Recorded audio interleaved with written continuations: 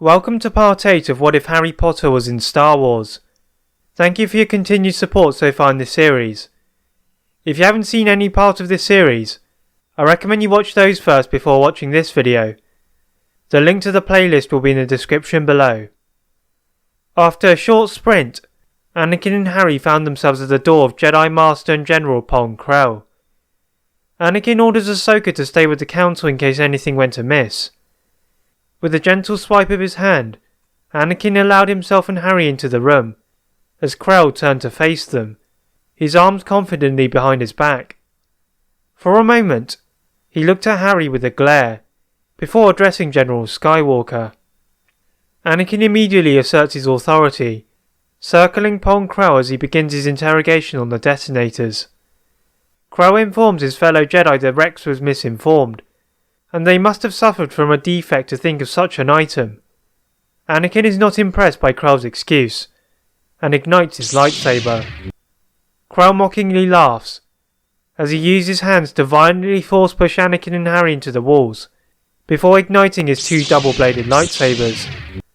Now you would see if Anakin's reputation as one of the most fearsome warriors in the Jedi Order was justified. Anakin picked himself back up, as Harry also prepared himself for an attack. Krell began to swing his lightsabers violently, as Anakin could not use his gemstone technique to overpower the Besalisk opponent. Harry cast a quick incastress at Krell, temporarily binding him with ropes, but the Besalisk tore them apart with his immense strength.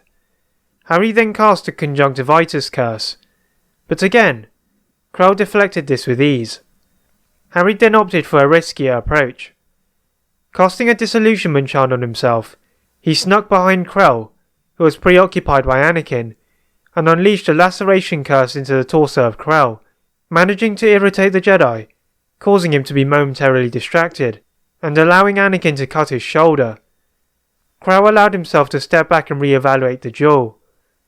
Anakin was stronger than he thought, and this Harry Potter human was no novice either. He had to get back to his new master, to tell him of this development. Spinning his lightsabers to create a whirlwind effect, Anakin and Harry ducked, as Krell vaulted out the window with a large force jump, and into the distance.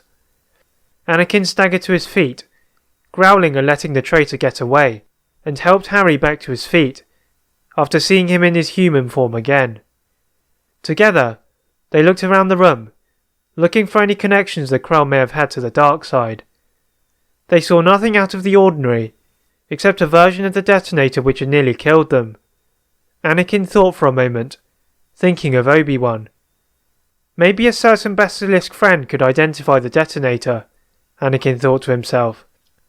Rushing out of the room, Anakin sends a quick message to Ahsoka, to notify the Council of Krell's betrayal and escape, and with Harry, they head off to Dex's diner.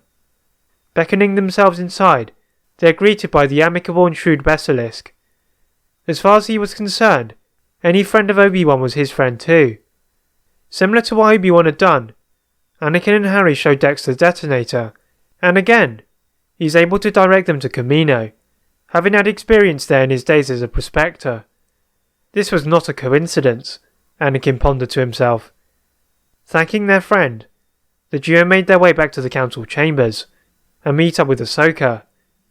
Giving a debrief of their encounter, the Council was stunned at the full revelation of events. They had always thought of Krell as a Jedi with different views, but not to this extent. Another lost Jedi, Yoda thought sadly to himself.